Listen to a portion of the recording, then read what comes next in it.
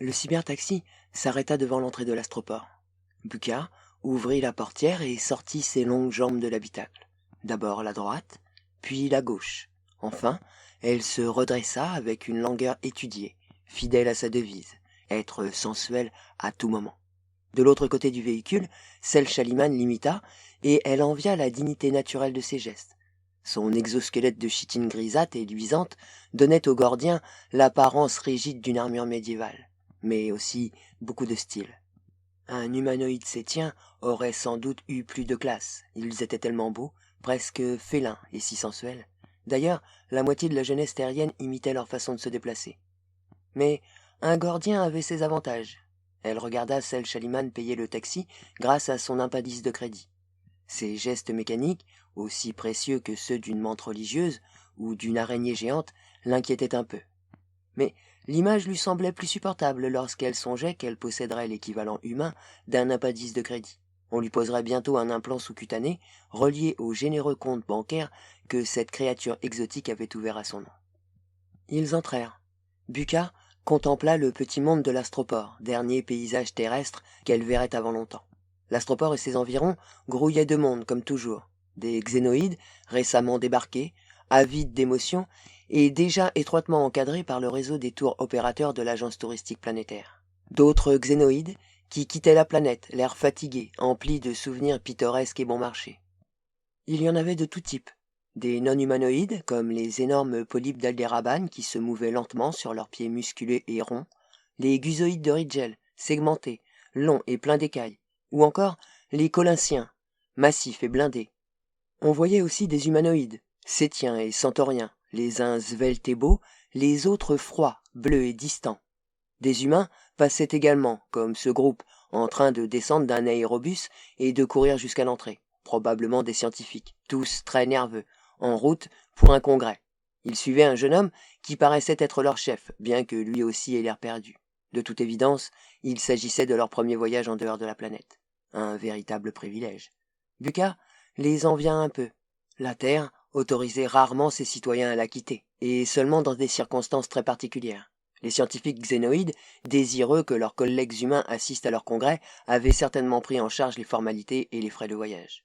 Enfin, on pouvait voir ici ou là un métis, comme cette fille, aux yeux immenses et à la peau bleue. Le centaurien qui l'accompagnait, tout aussi guindé que ses congénères, paraissait être son père. La fille devait être célèbre. Son visage parut familier à Buka. Peut-être une star du cinestime, une riche héritière, ou plus probablement une travailleuse sociale comme elle, mais de catégorie plus élevée. Buka ne parvenait pas à se remémorer où elle l'avait vue. Bah, cela lui reviendrait plus tard, c'était sans importance. Seul Shaliman agitait nerveusement ses antennes. Il aurait préféré prendre une cabine de télétransport pour se rendre dans l'anneau central au lieu de traverser tout le hall à pied. Il paraissait gêné d'être l'unique gordien présent. Les insectoïdes étaient des fanatiques de la sécurité. Ils possédaient leur propre réseau de cabines de télétransport et de circuits privés de communication. Un caprice très coûteux de la vie de Buka. Mais s'ils pouvaient se l'offrir. Après, les mystérieux Oyaris, les Gordiens étaient la race la plus puissante de la galaxie. Ils étaient télépathes, une caractéristique à la base de leur vaste empire mercantile.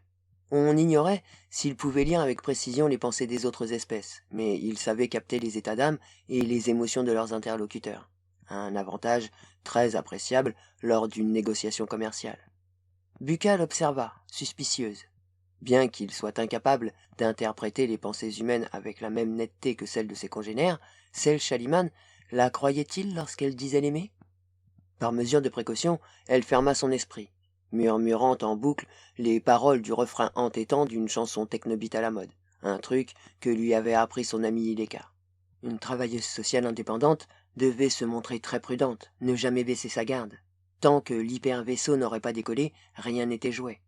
On racontait beaucoup d'histoires. Certaines travailleuses avaient cru suivre des xénoïdes et découvert ensuite qu'il s'agissait d'êtres humains portant des bioimplants. Et le prix de leur crédulité s'était élevé à des mois, voire des années, de reconditionnement corporel. Elle regarda autour d'elle. Dans l'astroport, on trouvait partout les horribles cabines. À l'intérieur, des corps en suspension animée attendant un client. Comme sous l'effet de son regard, l'une d'entre elles s'ouvrit et son occupant sortit en titubant. Buka ne put s'empêcher de fixer ses yeux. Elle poussa un soupir de soulagement. Ce n'était pas Joel. Depuis qu'il avait été arrêté, à chaque fois qu'elle voyait quelqu'un sortir d'une cabine, elle avait peur de contempler ses pupilles vides. Cela avait beau être stupide, elle ne parvenait pas à se défaire d'un sentiment de culpabilité. Il y avait des espèces biologiquement incompatibles avec la biosphère terrestre, comme les Oyaris. Pour profiter des paradis touristiques qu'offrait la planète, ils avaient créé le système de reconditionnement corporel. On codifiait par informatique tous les paramètres du client, mémoire, personnalité, quotient intellectuel, habileté motrice, puis on les introduisait dans le cerveau d'un humain hôte. Le xénoïde acquérait la mobilité ainsi que l'accès aux capacités et aux souvenirs du corps reconditionné. Il n'y avait qu'un léger détail. Dans 40% des cas, l'individu, dont le corps et le cerveau étaient occupés par l'extraterrestre, demeurait conscient. Ce devait être très dur de se sentir la marionnette d'une autre volonté. À l'époque où le processus se trouvait en phase expérimentale, être un cheval, un terme emprunté au vaudou, constituait un acte volontaire et payait assez bien. Mais lorsqu'il a été démontré que l'expérience pouvait laisser des séquelles, on a manqué de candidats, si bien que la peine pour toute infraction se mesurait à présent en jours, en mois ou même en années de reconditionnement corporel. Désormais, être condamné revenait à jouer à la roulette russe, tous les cavaliers ne traitant pas leurs chevaux de la même manière. Certains touristes les poussaient jusqu'à l'épuisement, puis payaient simplement l'amende correspondante, ridiculement basse. De nombreux humains devenaient fous après 5 ou 6 semaines d'un tel traitement. Des rumeurs prétendaient même que le reconditionnement corporel était conçu pour faire perdre la raison. Une loi, opportunément ambiguë, stipulait que seuls les individus dotés d'une parfaite santé mentale pouvaient jouir de leurs droits civils à part entière. Toute obligation de rendre l'usage d'un corps à son propriétaire légitime disparaissait automatiquement si celui-ci devenait schizophrène. Bucca pensa à Joel, si sensible et si délicat. Il ne tiendrait pas de moi. Il souhaitait sans doute déjà mourir. Pourtant, elle s'accrochait à une idée improbable. Comme il était jeune et drôle, il avait peut-être été choisi par un xénoïde puissant et participait à présent à d'importantes négociations avec les grands pontes de l'agence touristique planétaire. Ce serait tellement ironique. Elle priait pour qu'il ne soit pas monté par un Oyaris. Il préférait payer des amendes, quel qu'en soit le montant, et détruisait systématiquement les corps qu'ils avaient utilisés comme chevaux. Les Gordiens étaient des enfants de cœur, comparés aux Oyaris. Chez eux, la paranoïa semblait être une seconde nature, et ils protégeaient jalousement leur anonymat. Nul ne connaissait leur véritable aspect, et on possédait très peu de données sur eux. L'humaine et le Gordien passèrent près d'un gigantesque hologramme du Grand Canyon du Colorado. Devant, des polypes d'Aldéraban conversaient dans leur langage silencieux fait de gestes tentaculaires. Bucca les observa, amusé. Après la contamination au fluocarbone du XXe siècle et l'extraction intensive de minéraux par une corporation minière de Procyon, le site actuel n'avait plus rien à voir avec cette image. Sel Shaliman s'était également arrêté pour admirer le panorama. L'une des rares choses dont pouvaient s'enorgueillir les terriens était leur propagande bien huilée en matière de tourisme xénoïde. Bucca avait fréquenté quelques mois un créateur publicitaire et connaissait quelques trucs du métier. Couleurs imperceptibles à l'œil humain, infra- et ultrasons, et même, tout récemment, des ondes télépathiques pour les Gordiens. On leur faisait payer le prix fort. Par une sorte de justice poétique, l'agence touristique planétaire drainait l'argent des xénoïdes en utilisant à leur insu leurs capacités sensorielles. Ils s'approchèrent du premier contrôle, autour duquel grouillait l'inévitable cours des miracles. Des marchands indépendants, des agents de change illégaux, des vendeurs de drogue, des travailleuses sociales à leur compte, et même, discrètement à l'écart, de jeunes garçons s'adonnant au travail social masculin, très élégants dans leur tenue moulante en synthé cuir noir. Tout ce commerce était interdit et poursuivi par la sécurité planétaire, en théorie du moins. Et toute cette faune essayait d'attirer l'attention des touristes dans l'espoir de gagner une poignée de crédit. Un mois plus tôt, Bucca avait fait partie de ce milieu, dans un autre astroport. Il y avait toujours les mêmes acteurs. Le mutilé de guerre, qui pour quelques crédits exhibait ses moignons radioactifs. la victime du reconditionnement corporel, qui bavait lamentablement et tendait une main tremblante pour quémander l'aumône, le religieux persécuté, qui voulait qu'on l'aide à réaliser son pèlerinage sacré, la mère pauvre et sa fille crasseuse, affalée dans un coin, qui jetait des regards de chien battu, le riche déchu, qui feignait la dignité pour vendre ses faux, restes supposés, du patrimoine familial, le vendeur d'espèces en cours d'extinction, avec ses cages dissimulées, contenant des solénodons de Cuba, des perroquets parlants ou de petits léopards, la jeune orpheline, qui, pour 100 de crédits, montrait des photos de sa famille, le jeune universitaire en mal de distraction, qui n'était pas dans la misère, mais qui ne refusait pas quelques crédits ou une invitation courtoise à dîner de la part d'un généreux humanoïde partageant ses tendances homosexuelles. Et tous les autres, tous ceux qui tentaient d'assaillir ou d'escroquer le bienfaiteur extraterrestre. Les guides touristiques ne cessaient de mettre en garde les xénoïdes contre toute cette faune. Bucca se souvint des paroles de Jolle. Ils n'existent que parce qu'on les tolère. Une façade de fausse naturalité, un parfum de danger pour des touristes avides de sensations fortes, un marché noir de tour opérateurs indépendants dont les produits et services improvisés mettaient en valeur l'efficacité sophistiquée de l'agence touristique planétaire. Et les agents de la sécurité planétaire veillaient dans l'ombre pour que ces indépendants ne deviennent jamais une réelle menace pour les touristes. On remarquait surtout les travailleuses sociales indépendantes, des chaussures à hautes semelles fluorescentes qui les obligeaient à marcher d'un pas à la fois sinueux et instable, comme sur des échasses, des vêtements moulants, comme des secondes peaux, très courts, à moitié transparents ou scintillants, des modèles conçus non pour suggérer, mais pour tout montrer, pour laisser le moins possible de chair tarifée à l'imagination du client. Bucca les regarda, à la fois amusée et dégoûtée. Elle représentait son passé. Elle les compara à son propre reflet sur les murs polis en métalloplastique. Elle n'était plus l'une d'entre elles. Elle n'arborait plus l'uniforme insolent du désir.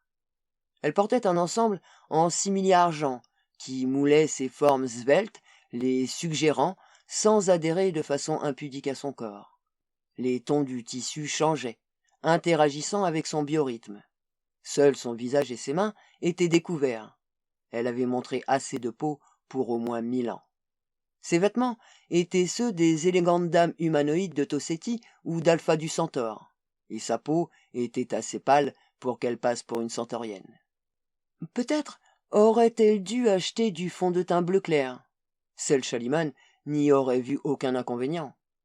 Elle aurait ainsi parfait l'illusion, non par un culte puéril ou pour imiter leur apparence et leurs coutumes, mais parce que les xénoïdes étaient tout simplement plus distingués. La compagnie de Celle Schallimann fut suffisante pour qu'elle traverse le 2e contrôle sans être inquiétée. Seules les travailleuses sociales officielles pouvaient pénétrer librement dans cet anneau. Les indépendantes avaient besoin d'être accompagnées d'un xénoïde pour y accéder. La soudaine explosion de couleurs et de sons étourdit Bucca pendant 1 seconde.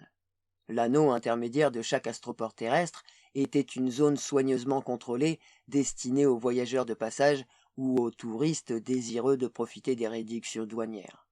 On y trouvait des travailleuses sociales d'espèces, de tailles ou d'apparences diverses, toutes plus provocantes les unes que les autres, et leurs homologues masculins dans leurs uniformes noirs en synthé cuir. Il y avait aussi des boutiques d'artisanat local, de souvenirs et de babioles touristiques comme celles que l'on trouvait sur toute la planète, mais ici, elles vendaient leurs camelotes à bas prix. Bucca s'arrêta devant un hologramme représentant Nouveau Paris. Juste devant était exposé un morceau de métal à moitié fondu qui, d'après la plaque explicative, aurait appartenu à l'authentique Tour Eiffel. Bucca n'était jamais allé à Nouveau Paris. Il existait tant d'endroits sur Terre qu'elle ne visiterait sans doute jamais. Elle se fichait que la ville ne soit qu'une reconstitution métalloplastique de la vieille et authentique cité, rasée par une explosion nucléaire juste après le contact. Comme toute terrienne, Bucca se sentait fière du passé glorieux de sa planète. De la Grèce, de Rome, des Aztèques et des Incas, de Gengis Khan, des Mongols, des pyramides, de la muraille de Chine, des Maharajas d'Inde, des samouraïs du Japon, de Tombouctou et de New York. Le présent appartenait désormais aux Gordiens et aux autres xénoïdes. Sel Shaliman contemplait également l'hologramme de Nouveau Paris. Y était-il seulement allé? Quelle ironie! On leur devait ce qu'était devenue la terre, à eux et à leur argent, et ils n'en profitaient même pas. Bucca répéta en riant l'un des slogans omniprésents de l'agence touristique planétaire. Bienvenue sur Terre, la planète la plus touristique de la galaxie. L'hospitalité est une seconde nature pour nous, puisque nous existons pour vous aider à vous sentir mieux ici que dans votre propre maison. Puis, son sourire se tordit en un rictus amer, et elle regarda Sel Shaliman avec une haine à peine déguisée. Il y avait aussi l'autre passé, celui que décrivaient les textes interactifs de l'éducation élémentaire, une des rares choses que l'agence touristique planétaire accordait gratuitement à tout habitant de la planète. Un passé relativement récent, lorsque les terriens voyageaient déjà dans l'espace avec des vaisseaux primitifs, mais ne croyaient pas encore à l'existence des xénoïdes. Lorsque la Terre possédait plusieurs nations et de nombreuses langues avant la planète unifiée, du bétail, des cultures, du poisson et du gibier en abondance, mais aussi beaucoup de pauvres et d'affamés. Lorsque la civilisation se trouvait constamment au bord de l'effondrement par la guerre nucléaire, la pollution, l'explosion démographique ou le tout conjugué. Puis était arrivé le contact. Les intelligences de l'univers surveillaient les humains depuis des millénaires, sans intervenir, attendant qu'ils atteignent la maturité nécessaire pour être acceptés au sein de la grande famille galactique. Mais lorsque l'annihilation de la Terre avait paru inévitable, ils avaient enfreint leurs propres règles et étaient accourus pour sauver la planète. Leurs immenses vaisseaux étaient descendus sur Paris, Rome, Tokyo, New York. Leur envie d'aider et les ressources paraissaient infinies. Les dirigeants terriens, assoiffés de pouvoir et jaloux devant une intelligence et des technologies si supérieures à celles des humains, avaient pris cette intervention altruiste pour une invasion. Prétendant que l'attaque était la meilleure des défenses, ils avaient déterré la hache de guerre, une hache nucléaire. Lors de l'assaut surprise, les terriens avaient déclenché plusieurs explosions atomiques, comme celle qui avait annihilé le vieux Paris. Mais la guerre nucléaire s'était arrêtée là. Les xénoïdes avaient empêché les autres missiles d'exploser. Puis, ils avaient montré l'étendue de leur immense pouvoir. Ils avaient employé une arme géophysique et l'Afrique entière avait disparu sous les eaux. Toutefois, une semaine avant, ils avaient lancé un avertissement aux humains pour qu'ils évacuent la zone. Mais les gouvernements, avec leur obsession du secret et l'incrédulité des masses, avaient conduit à un lamentable désastre. Plus de 80 millions d'humains avaient péri en quelques heures, alors qu'il aurait été si facile de les déplacer. Après l'horrible désastre, les extraterrestres avaient lancé leur célèbre ultimatum. Puisque les terriens n'étaient pas capables de se gouverner intelligemment et d'employer rationnellement leurs ressources naturelles, ils cesseraient désormais d'être une culture indépendante et passeraient sous le statut de protectorat galactique. Pour rétablir l'équilibre écologique perturbé, les nouveaux maîtres de la planète avaient dicté des mesures draconiennes. Aucune consommation de combustibles fossiles ou nucléaires, démantèlement des grands centres industriels et scientifiques, croissance démographique nulle. Il y avait eu des manifestations massives, étouffées dans l'œuf. Les morts, dans le monde entier, avaient atteint le quart de million de personnes. Moins d'un siècle plus tard, la Terre était redevenue le paradis naturel qui avait vu naître l'homme. Elle était maintenant un grand musée, le tourisme étant la principale et presque unique source de revenus pour ses habitants. Un tourisme contrôlé par la quasi-omnipotente agence touristique planétaire avec de grands investissements de capitaux extraterrestres et une préoccupation profonde pour le futur de l'Homo sapiens. Devant les êtres humains s'ouvrait un avenir lumineux sous la bienveillante tutelle d'une communauté galactique qui leur offrirait un jour une place en tant que membre à part entière. Du moins, c'était la version officielle. Bucca savait, comme tout le monde, que la vérité était bien différente. Si cela ne tenait qu'aux xénoïdes, les humains ne seraient jamais une espèce pouvant prétendre à l'égalité des droits.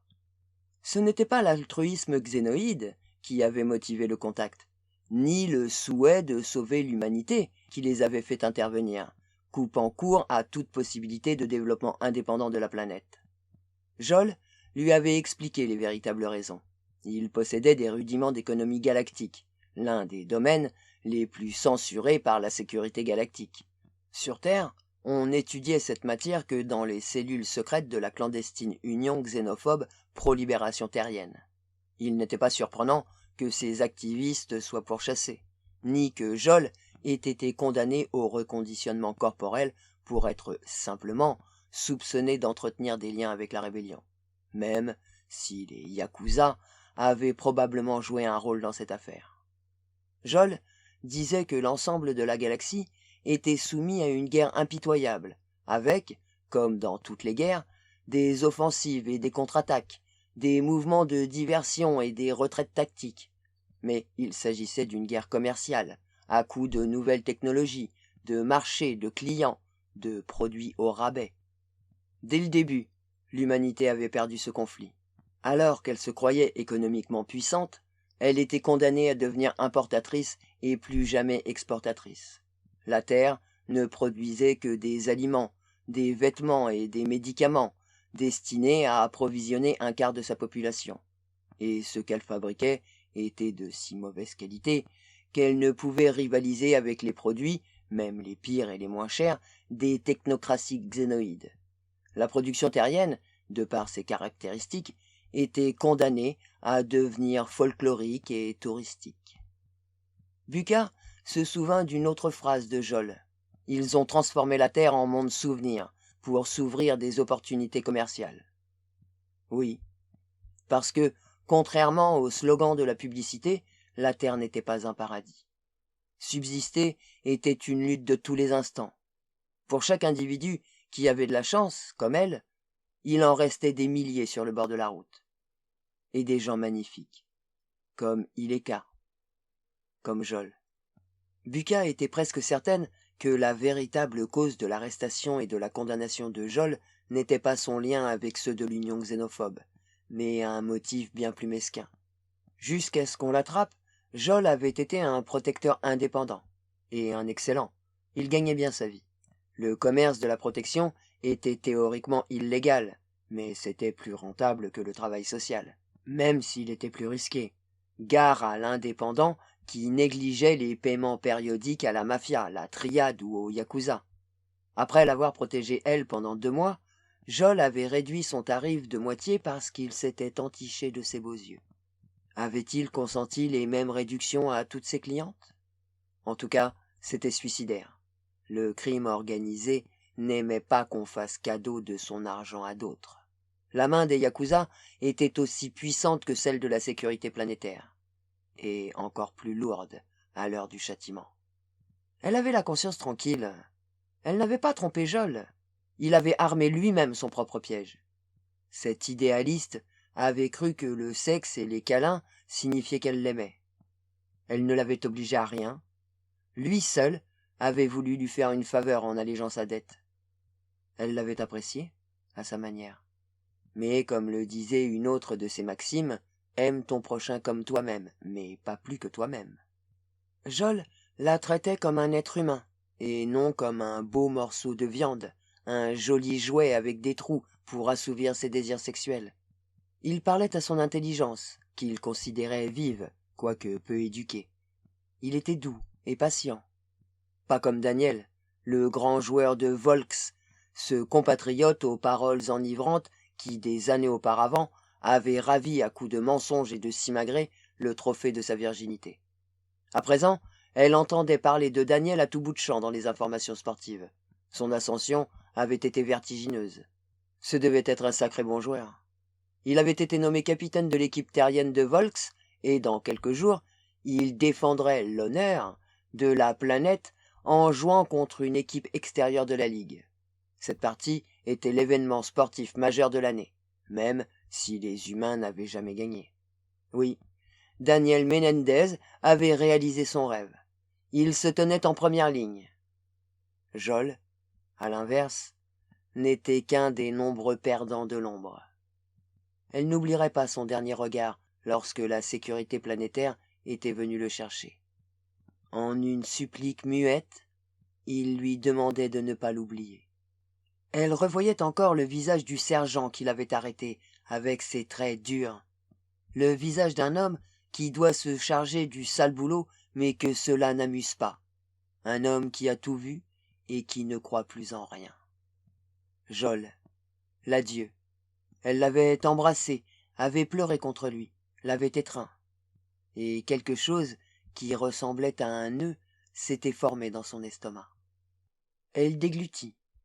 Oui, cela avait été une faiblesse, mais elle lui devait au moins cela. Elle ne s'en serait jamais tirée sans lui. Sans les économies qu'elle avait pu réaliser sur les tarifs de sa protection, elle n'aurait pas eu assez d'argent pour pouvoir s'acheter le vêtement de synthé-cuir translucide qui montrait si bien son corps d'animal sain et ses muscles élancés. Et Sel Shaliman ne l'aurait jamais choisi au cours de cette fête. Être choisi par un Gordien était l'un des moyens les plus sûrs de quitter la Terre, et l'un des plus difficiles. Outre la chance, cela demandait une santé optimum, aucun implant, ni cosmétique, ni médical, aucune maladie génétique ou psychologique, aucune consommation de drogue, même les plus légères. Bien qu'Ileka se moquât souvent d'elle, elle avait toujours été fidèle à la routine quotidienne de ses exercices physiques et elle détestait la fuite facile des paradis artificiels. Les drogues chimiques ou électroniques allaient et venaient avec les modes, toujours plus chères, mais laissant dans leur sillage une dépendance irréversible. Hier, c'était le télécrack. Aujourd'hui, les neurojeux. Demain, qui sait. Substituer une addiction à une autre était plus facile que de se sevrer.